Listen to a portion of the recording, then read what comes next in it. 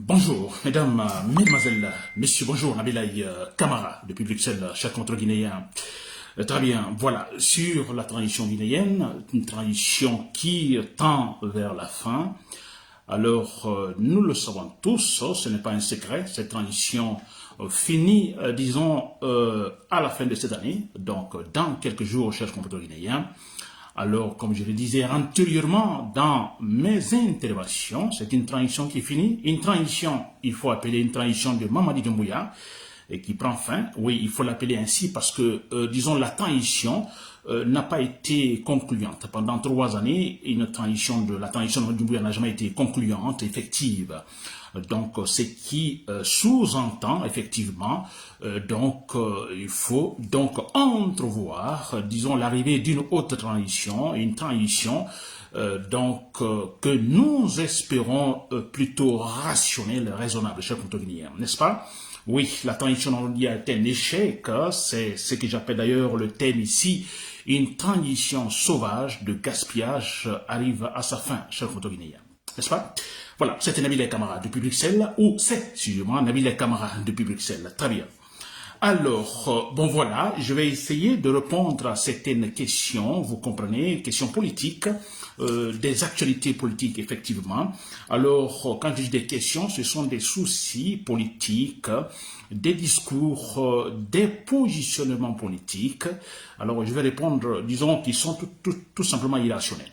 Je vais répondre à tout ceci, et là, pour dire effectivement pourquoi cette transition, disons, elle est sauvage, une transition sauvage qui prend fin, heureusement pour les Guinéens. N'est-ce pas, chers Guinéens? Très bien. Alors, d'abord, nous entendons, disons, des gens dire, par exemple, que, Mamadi Doumbouya est donc le meilleur, qu'il a le meilleur programme, etc., etc. Vous l'avez entendu. Il a un objectif, on dit même le meilleur depuis que nous sommes indépendants, n'est-ce pas? Alors que lui seul peut faire l'affaire des Guinéens, donc l'indispensable, comme on le disait au temps de Alpha Condé. Alpha Condé, vous vous rappelez, il se montrait l'indispensable, la répondant, disons, aux opposants, c'est-à-dire face à Seydou Diallo, Sidya Touré. Il disait que non, non, nous ne pouvons pas le laisser arriver ici, et sinon, alors tout est foutu. Donc, lui, Alpha Condé, alors il doit continuer, il est l'indispensable, c'est lui qui a la baguette magique. Nous avons vu comment cela s'est terminé chez les Guinéens. La même chose se répète maintenant avec Mamadi Doumbouya. On en parle, on en dit, ce sont même ces ministres qui le disent. On entend Ousmane Gawal Diallo dire, bon, écoutez, il a le programme, il a la conclusion de la tête, il est le meilleur. D'autres ministres, d'autres et d'autres, chers Guinéens. Alors moi, finalement, ça me fait beaucoup rire, hein. Ça fait beaucoup rire, c'est vrai, parce que quand on parle de meilleur, on dit que tel est meilleur. Par exemple, je prends l'équipe de football, n'est-ce pas? On dit telle équipe de football, disons, est la meilleure, n'est-ce pas? Quand on dit elle est la meilleure, c'est qu'il y a là une comparaison. C'est obligatoirement, il y a d'autres équipes, en fait, auxquelles nous comparons, ou on compare cette équipe qu'on qualifie de meilleure, n'est-ce pas? Par exemple, je dis Real Madrid, la meilleure équipe, vous comprenez? Alors, quand on dit la meilleure équipe, c'est qu'il y a d'autres, il y a une comparaison. C'est que aussi il y a une compétition. C'est à travers cette compétition qu'on pourrait dire, bon, Real Madrid est meilleur, ou Manchester est meilleur, ou tel Barça, etc., etc. Qu'il y ait une compétition, n'est-ce pas? Une compétition dans laquelle la chance est donnée à toutes les équipes, chers Guinéens. Et là, on pourra parler de meilleur, n'est-ce pas? On pourra parler de meilleur, la meilleure équipe qui gagne par exemple la coupe, etc., etc. Alors, revenons en Guinée avec Mamadi Doumbouya en politique. Alors, Mamadi Doumbouya, le meilleur, c'est lui qui a la bonne idée, la bonne initiative, lui seul pourra faire l'affaire des Guinéens. N'est-ce pas? Alors, mais ce qui me fait rire, sans compétition. N'est-ce pas? Ils arrivent à cette conclusion sans une compétition. Ils arrivent à cette conclusion, on dit Doumbouya le meilleur, qui a le meilleur programme, si celui qui peut le faire, il n'y a pas une compétition, il n'y a pas une comparaison. On va comparer Doumbouya à qui? À qui va-t-on le comparer? À Sidya Touré, à Fayami Lemono, à Seydou Diallo, à Ousmane, comment on appelle ce jeune politicien modèle, vous me rappelez son nom? Alors, Monsieur Ba, oui, voilà. Va-t-on le comparer à ces gens? Peut-on faire cette comparaison, s'il vous plaît? Oui, pour qu'on parle Mamadou Doumbouya le meilleur, alors effectivement, qu'il y ait une comparaison, plutôt une compétition, et qu'on puisse comparer à d'autres. Alors s'il est meilleur, c'est que effectivement, il a pu démontrer ses capacités, ses qualités, et disons dans une compétition donnée, politique donnée sur le terrain, n'est-ce pas? Par rapport à d'autres politiciens. Mais dis donc, c'est Ali Ouba. Merci pour le rappel, c'est bien Ali Ouba du modèle. N'est-ce pas? Alors, mais c'est quand même incroyable, nous les entendons ici. Il est le meilleur, il a le meilleur programme. Mais par rapport à qui? N'est-ce pas? Par rapport à qui? Et qu'est-ce qu'il a démontré sur le terrain? D'abord, qu'est-ce qu'il a démontré pendant les 3 années pour qu'on dise qu'il est le meilleur? Alors, qu'il est le meilleur pour le futur, il faut qu'on comprenne. Alors, par rapport à qui? Et dans quelle compétition est-il le meilleur? C'est quand même incroyable. N'est-ce pas? Alors, mais Mamadou Doumbouya, moi je suis d'accord. Alors que, par exemple, il laisse le champ libre, qu'on donne la chance à tous les candidats, à tous les opposants, vous comprenez, qui sont sur le terrain.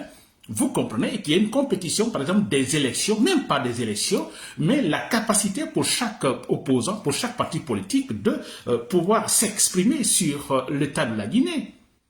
Mais qui seulement danse actuellement sur le terrain? Vous avez une danse, une piste de danse. On met la chanson, on a seulement une seule personne qui danse, qui s'impose, qui danse. Les autres non, mais c'est ce qui se passe en Guinée sur le champ politique.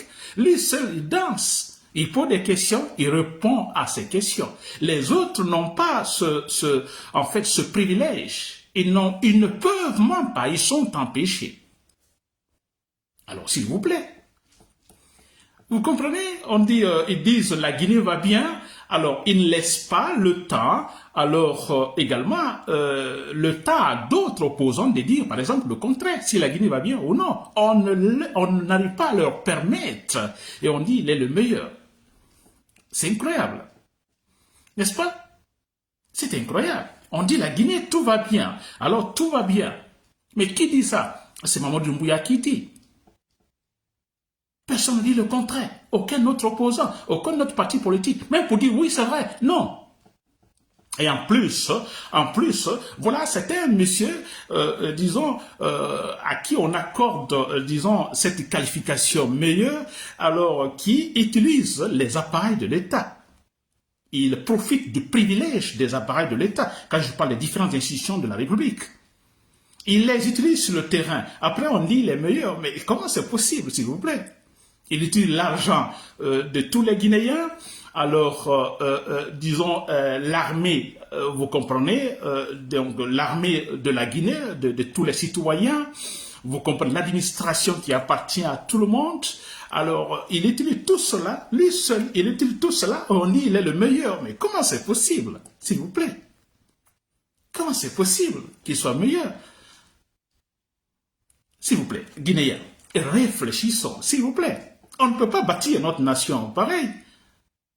Ceux qui disent qu'il est le meilleur, mais écoutez, mais c'est normal, je peux les comprendre que Ousmane Gawal Diallo dise, par exemple, écoutez, Mamadou Doumbouya, il est le meilleur, ou que, en fait, Amara Kamara dise la même chose, et tant d'autres, mais c'est normal, ils ne veulent pas perdre leur place. Il faut qu'ils parlent ainsi, ils ne veulent pas perdre leur place, parce que tant qu'ils vont au pouvoir, donc il y a cette chance que eux, ils restent là, ou qu'ils occupent leur place, leur poste encore, ministériel. Mais si Mamadou Doumbouya n'est pas là, mais c'est normal qu'il n'occupera pas, en fait, ces places-là. Mais c'est clair. Donc, c'est logique qu'ils disent Mamadou Doumbouya est le meilleur. C'est-à-dire, c'est comme pendant une campagne politique. Nous sommes cette fois-ci dans une démocratie, une Guinée avec sa structure politique solide et consolidée. Tout fonctionne bien, les juges sont responsables, c'est de la transparence et tout ça. Il y a une compétition, donc on a les campagnes. Alors, pendant la campagne, on peut entendre, disons, un membre dire « Oh, Mamadou Doumbouya est le meilleur ». Mais là, on compare. On est dans une campagne. N'est-ce pas, une campagne dans laquelle nous avons plusieurs partis politiques, alors jouissant, en fait, disons, des mêmes privilèges. C'est vrai. Des mêmes privilèges pendant la campagne. Là, on peut comprendre. Mais non, on n'est pas dans la campagne. Effectivement, eux, ils sont dans la campagne, mais on n'est pas dans la campagne parce qu'on a une seule personne qui se trouve sur la piste de danse et qui, en fait, s'autorise, vous comprenez, et qui se bombarde des privilèges de l'État. Et voilà, voilà, pour dire, bon, écoutez, il est capable. Et qu'est-ce qu'on dit dans ce programme? Que bon, il y a le projet Simandou. Avec le projet Simandou, bon, écoutez, il est le seul capable de le faire. Vous comprenez ça? Alors, dans une transition, on se campe sur un projet donné, projet Simandou, pour dire, bon, vous voyez, bon, voilà, il est capable, ce projet va développer la Guinée. C'est quand même incroyable, n'est-ce pas? Mais voilà, on peut comprendre aussi, alors, ça, je l'ai toujours dit, Alpha Condé en a profité aussi, c'est-à-dire, disons, la Guinée majoritairement analphabète, la Guinée composée des gens qui en fait, majoritairement ne peuvent pas, disons, je vais dire, traiter l'information de manière rationnelle. Alors, ils savent cela et voilà, ils en profitent. Mais c'est pourquoi ils avancent des raisonnements. C'est quand même à faire pleurer, mais c'est vrai, parce que face à un peuple qui a une certaine maturité intellectuelle, vous comprenez, je prends par exemple le Sénégal, où il y a en fait une bonne majorité des gens qui savent lire et écrire, traiter les informations, je prends le Ghana et autres, ou même la Côte d'Ivoire, vous comprenez, alors il serait quand même difficile pour un leader politique d'avancer de tels arguments, n'est-ce pas? Ça ne passerait pas. Mais en Guinée, oui, on se le permet parce que, bon, voilà, comme je vous l'ai dit, la majorité, plus de 60 ou 70% de gens analphabètes. N'est-ce pas? Non seulement il y a ce côté, mais aussi on a des gens qu'on appelle ici, qu'on pourrait appeler intellectuels. Alors non, ils sont tous manipulables parce que, bon, voilà, ils ne veulent pas perdre leur poste et parce que pour des raisons ethniques également, facilement manipulables. Que moi, je ne peux pas qualifier d'intellectuel. Vous voyez ça? Voilà. Donc, c'est en Guinée, on voit cela, et ils en profitent. Vous voyez Amara Kamara qui va en forêt, vous comprenez, un monsieur qui n'a rien dans la tête, c'est quand même incroyable. Il est secrétaire général disons, à la présidence, qui va en forêt pour faire campagne. Bon, écoutez, depuis que nous sommes là, on a fait mieux. Et bon, écoutez, voilà, la Guinée est unie, les Guinéens sont unis, etc., etc. C'est incroyable. Et on oublie l'objectif principal. Pourquoi cette transition? Pourquoi vous êtes venu pour cette transition? Pourquoi avez-vous renversé Alpha Condé? N'est-ce pas? Alors là, ils laissent ce point-là. Alors ils se disent non, il n'y a que des analphabètes. Ils ne comprendront pas, ils ne poseront pas de vraies questions. Parce que les intellectuels posent de vraies questions. N'est-ce pas? Et les actes suivent aussi. Vous comprenez, chers compatriotes guinéens? Très bien. Alors aussi, je touche dans cette partie, disons, informative, j'entends tout récemment, il y a l'ancien ministre, je crois que c'est Mamadi Diané ou quoi, qui vient d'être un ancien ministre d'Alpha Condé qui vient d'être, disons, condamné. N'est-ce pas? Et dans les charges retenues contre lui, et là, sans étonnement, ce monsieur, effectivement, on le disait même pendant qu'il était dans ses fonctions au temps d'Alpha Condé, alors c'est un monsieur qui profitait également des privilèges de l'État, donc en s'enrichissant. Vous voyez, c'est cela. Alors, c'est bien vrai, je crois que c'est normal. Mais voilà, écoutez, voulez-vous nous dire qu'il est le seul, Mamadi Diané? Il n'est pas le seul. Les anciens ministres de Alpha Condé, ils sont nombreux et qui ont détourné des milliards, n'est-ce pas, mais qu'on ne touche pas. Ils ne sont pas touchés. N'est-ce pas? Et maintenant, dans cette transition, pendant 3 années, alors, Mamadi Doumbouya était-il capable de nous dire, de nous faire savoir pertinemment son avoir? N'est-ce pas? N'est-ce pas? Ce qu'il a, son revenu, l'argent qu'il a, et d'où vient cet argent, les sources de revenus, par exemple. Ils nous l'ont dit ça. Non, ils ne l'ont pas dit. Ce monsieur, simple militaire qui vient d'arriver, disons, la France, voilà, aujourd'hui, il a des maisons par-ci, partout. Mais c'est clair. N'est-ce pas? Et maintenant même, on a des ministres qui bloquent de l'argent, qui volent, qui font ce qu'ils veulent. Alors, allez-y voir plutôt Samoura, par exemple, ce militaire, ce gendarme Samoura. Mais écoutez, voyez, qu'il fasse l'inventaire, on essaye, s'il y a vraiment une véritable police judiciaire en Guinée, alors qu'on essaye de traquer Samoura, mais vous verrez, Amara Kamara, ils sont nombreux, alors qu'on essaye de voir, mais c'est des gens qui ont débloqué, qui ont des milliards par-ci par-là, en Guinée comme ailleurs, sur des comptes. Mais ça c'est clair, ils ont construit des maisons par-ci par-là. D'où vient cet argent? De leur salaire seulement? Vous pensez que c'est juste? Mais non, écoutez, s'il vous plaît. N'est-ce pas? Alors, au temps d'Alpha Condé, bien sûr, des crimes économiques, crimes de sang. Maintenant aussi, on a des crimes économiques. Mamadi Doumbouya, alors, ce que je viens de le dire. n'est-ce pas? Qu'on fouille autour de lui, vous verrez, c'est des milliards. Il dépasse loin Mamadi Diané. Ça, c'est clair et net. Alors, les crises, qu'on appelle la sorte de crise, crime de sang, là, on n'en parle même pas. On n'en parle même pas. N'est-ce pas? Crime de sang, on n'en parle pas. Alors, mais écoutez, s'il vous plaît, c'est de la pagaille. C'est de la pagaille, non? Alors, c'est pourquoi je dis, bon, écoutez, c'est une transition sauvage de gaspillage. Ça, c'est clair. Qui va à sa fin, qui termine. N'est-ce pas? Mais si, termine très clairement. Je compte venir. N'est-ce pas? Et très bien. Alors, toujours parlant de cette transition, vous avez vu comment cela se passe, hein, n'est-ce pas? C'est flagrant, c'est très flagrant. Alors, on n'écoute plus la charte de la transition. Vous comprenez? Les engagements, non, on n'en fait pas cas. Bon voilà, tous ces discours de Mamadi Doumbouya, on n'en fait pas cas. Et il y a un point qui aussi ridicule, franchement très ridicule, il est question de ce référendum. Vous vous rappelez, il n'y a pas longtemps, pas très longtemps, un passé très proche, n'est-ce pas? Baouri, qui est le Premier ministre, il le disait. Baouri le disait, il y a aussi le ministre des Affaires étrangères qui aussi le disait. N'est-ce pas? Le référendum cette année, à la fin de cette année, nous sommes au mois de décembre, s'il vous plaît, et que l'année prochaine, toutes les autres élections l'année prochaine, mais que cela doit commencer par le référendum. Le référendum quoi? C'est pour tout simplement dire oui ou non à la constitution qu'ils ont élaborée.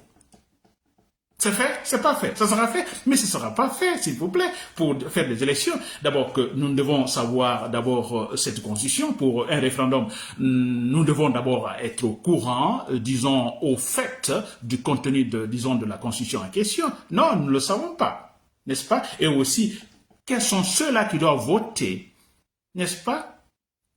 Qui doit voter? Combien de gens doivent voter? On ne le sait pas. Alors pourquoi ces élections? C'est pas possible. Vous voyez? Alors vous comprenez, toujours les gens là, ils se moquent des Guinéens. Parce que tout simplement, ils se disent, bon écoutez, c'est pas grave. C'est pas grave. Ceux-là qui réfléchissent beaucoup là, qui comprennent beaucoup là, écoutez, voilà. Et ils sont pas nombreux. Ceux-là qui ne réfléchissent pas, qui sont des irrationnels, ils sont les plus nombreux. Alors c'est facile de les tromper. Et voilà pourquoi ils se permettent d'avancer des pions. Des pions. Ce sont des pions. On avance des pions. On essaie de voir les réactions.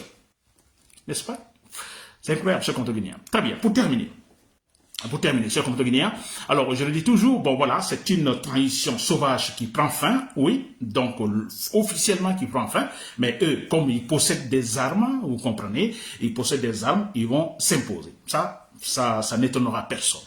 N'est-ce pas? Vous voyez, tout est militarisé. Vous avez tout récemment beaucoup de décrets essayant de donner valeur à certains militaires, beaucoup de militaires qui sont maintenant, qui ont des grades supérieurs, par-ci, par-là, des mutations des militaires, des agents, par-ci, par-là, etc., etc.